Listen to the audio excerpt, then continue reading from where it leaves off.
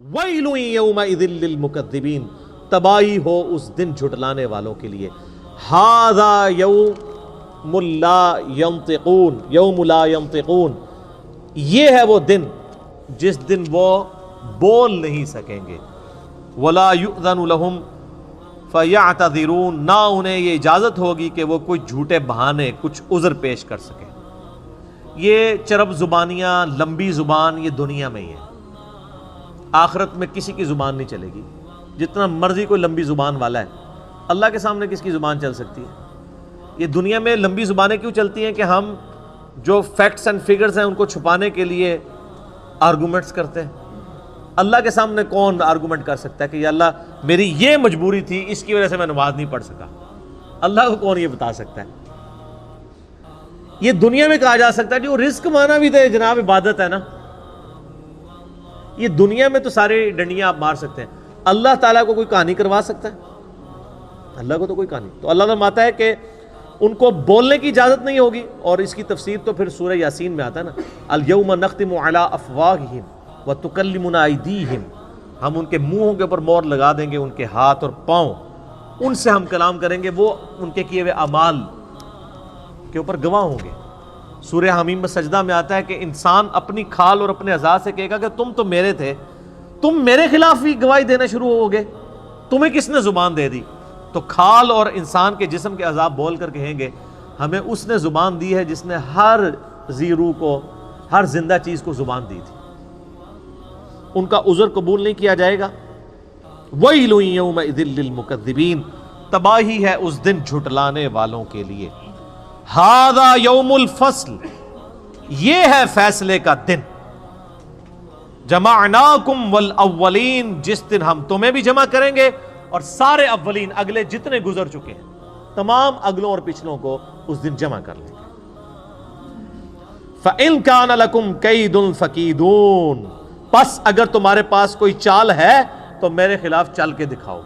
ہائے ہائے ہائے یار، اللہ بڑا ڈاڈا ہے. یہ طنز کرنا اور اتنے سخت انداز میں گفتگو کرنا اسی لیے ہے کہ انسان اپنے آپ کو درست کر لے. اللہ تعالیٰ پھر قیامت میں فرمائے گا لو جمع ہو گئے، کر لو، آپ کوئی چال ہے تو چل کے بتاؤ. اور یہ اللہ کا کتنا کرم ہے کہ یہ جو اس وقت اللہ تعالیٰ کی طرف سے ٹونٹ اور تانا ملنا ہے انسان کو، وہ دنیا میں سنایا جا رہا ہے اور ویڈیو چلائی جا رہی ہے تاکہ اس دن کے آنے سے پہلے پہلے اس ٹونٹ سے، اس تانے سے تم بچ جاؤ. یہ اللہ کی کرم نوازی ہے. سورۃ المؤمن میں ایک بڑی زبردست آیت ہے، اسی کانٹیکسٹ میں میں اکثر کوٹ کرتا ہوں، میرا یوٹیوب پہ ایک کلپ بھی ہے، کیا اللہ کو بھی تکلیف ہوتی ہے؟ سورۃ المؤمن کے شروع کی آیات میں سے اللہ تعالیٰ فرماتا ہے کہ ہم مجرمین کو جب قیامت والے دن عذاب دیں گے نا، پھر ان سے پوچھیں گے کہ آج تمہیں تکلیف ہو رہی ہے نا، آج اپنی جان سے تم بیزار ہو نا اس تکلیف کی وجہ سے؟ وہ کہیں گے ہاں. تو اللہ تعالیٰ فرمائے گا اس سے زیادہ ہمیں تکلیف ہوتی تھی جب دنیا میں تمہیں ہماری طرف بلایا جاتا تھا اور تم روگردانی کرتے تھے. یہ اللہ تعالیٰ کا انداز بتا رہے ہیں. یعنی جس طرح ہم اپنی بھی لینگویج میں ایک بات کرتے ہیں نا، ہوں پتہ لگا ابو بچو جی، یہ کہتے ہیں نا، اب پتہ چلا بچو جی، یہ چھوٹے بچے کہتے ہیں نا. تو اللہ تعالیٰ فرماتا ہے اب پتہ چلا، جب دنیا میں تمہیں ہماری طرف بلایا جاتا تھا تم روگردانی کرتے تھے. تو ہمیں اس سے زیادہ تکلیف ہوتی تھی جو آج تمہیں اپنی جان سے ہوگی.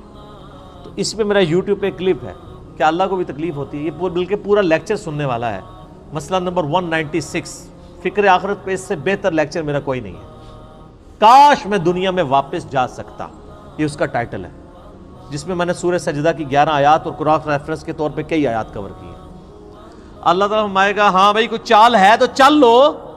وَيْلٌ يَوْمَئِذٍ لِّلْمُكَذِّبِينَ، تباہی ہو اس روز جھٹلانے والوں کے لیے.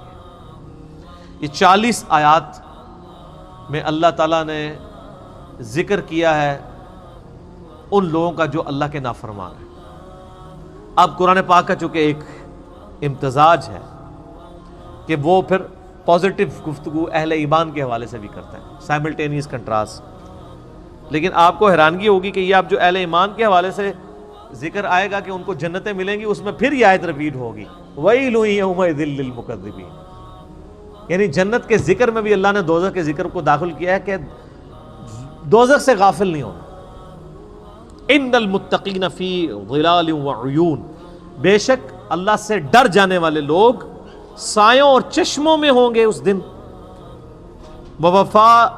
وفواکہ مما یشتہون. اور ان پھلوں میں ہوں گے جن کو وہ پسند کر رہے ہوں گے. کلو واشربو. اللہ تعالیٰ فرمائے گا مزے سے کھاؤ اور پیو. ہنیئا بما کنتم تعملون. ان اعمال کے صلے میں یہاں پہ خوب رچو اور بسو جو تم دنیا میں کیا کرتے تھے.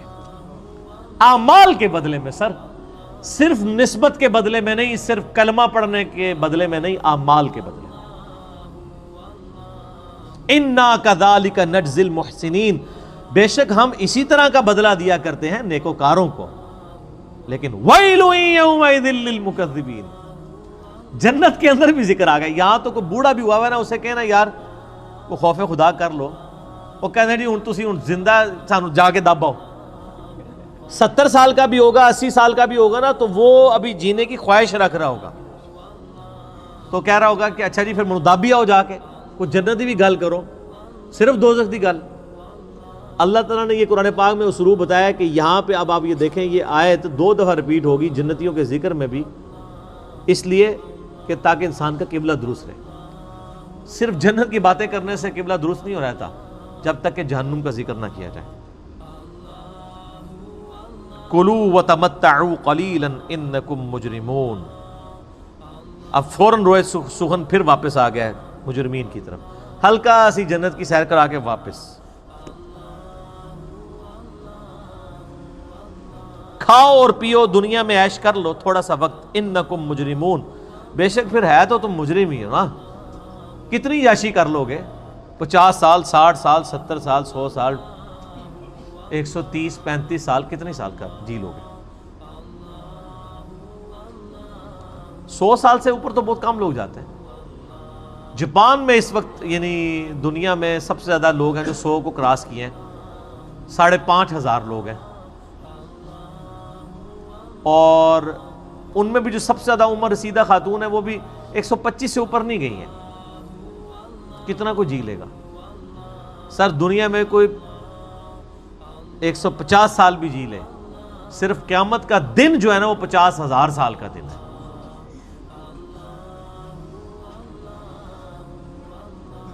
عذاب کی تو بات ہی نہیں ہو رہی, وہ تو کروڑوں اربوں سال کے لیے.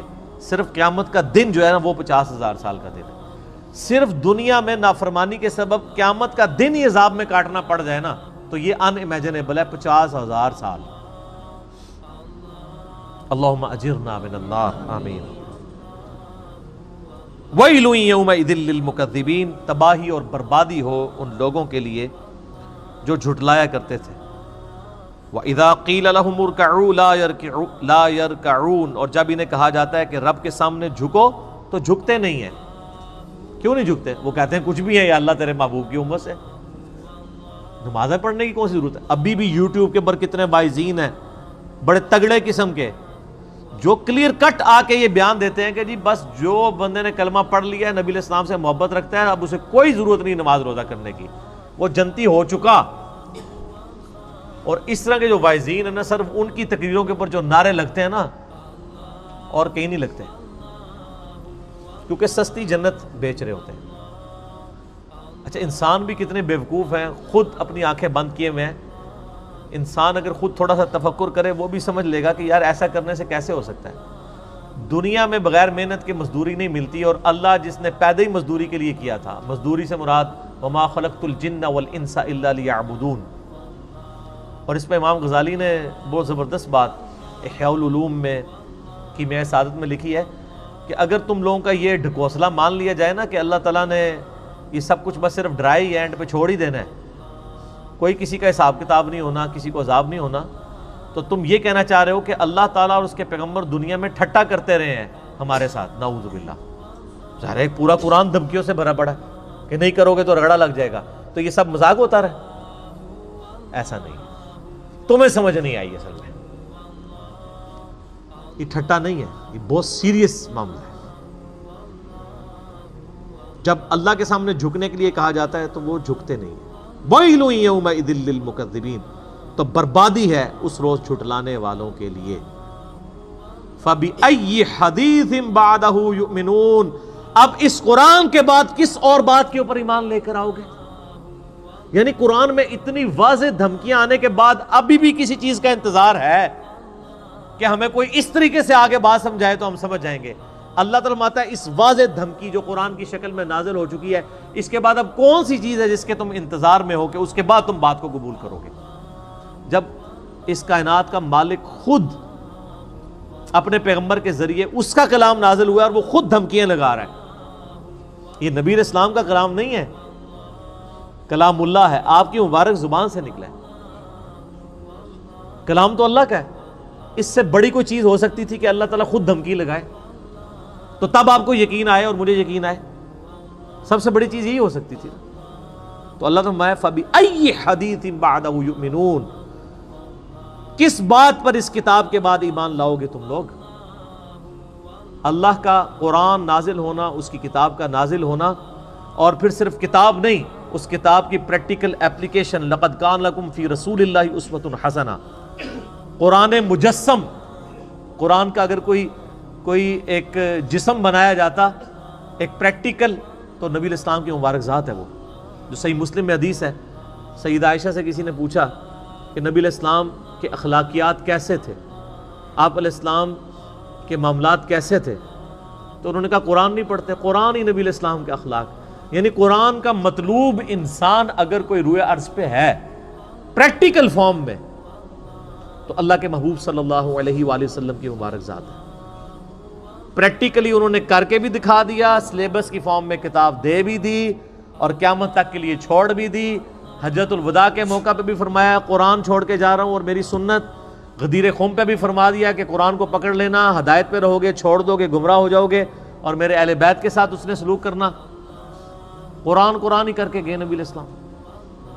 اسی لیے میرے بھائیو، جو میرا پہلا مسئلہ ہے نا، مسئلہ نمبر 1، وہ ہے ہی ہے امام الانبیاء کی دعوت قرآن، اور میرا ریسرچ پیپر نمبر 4 ہے اسی کے اوپر، اس پہ ہم نے ٹائٹل آیت لگائی ہے سورۃ الانعام کی آیت نمبر 19، وَأُوحِيَ إِلَيَّ هَذَا الْقُرْآنُ لِأُنذِرَكُمْ بِهِ وَمَنْ بَلَغَ، اے نبی علیہ السلام فرما دیجئے یہ قرآن مجھے اس لیے وحی کیا گیا تاکہ اس قرآن کے ذریعے میں تمہیں ڈر سناؤں، اور جس تک یہ کتاب پہنچ جائے وہ اس کتاب کے ذریعے ڈر سنائے۔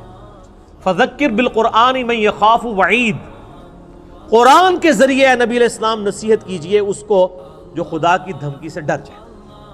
تو نبی علیہ السلام کی دعوت کا تانا بانا ہی قرآن تھا۔ صحیح مسلم میں اوپر تلے 4 حدیث ہیں کتاب الجمعہ چیپٹر کے اندر، کہ نبی علیہ السلام قرآن حکیم ہی پڑھ کے تقریر کیا کرتے تھے، اور اکثر سورہ قاف ہوتی تھی، سورہ نمبر 50 پارہ نمبر 26 کے اندر۔ تو قرآن کے ذریعے آپ علیہ السلام تذکیر کیا کرتے تھے، اسی کے ذریعے نصیحت کیا کرتے تھے، اسی لیے آپ کو اثر بھی نظر آتا تھا، قصے کہانیاں نہیں تھی بلکہ اللہ کا سچا کلام تھا۔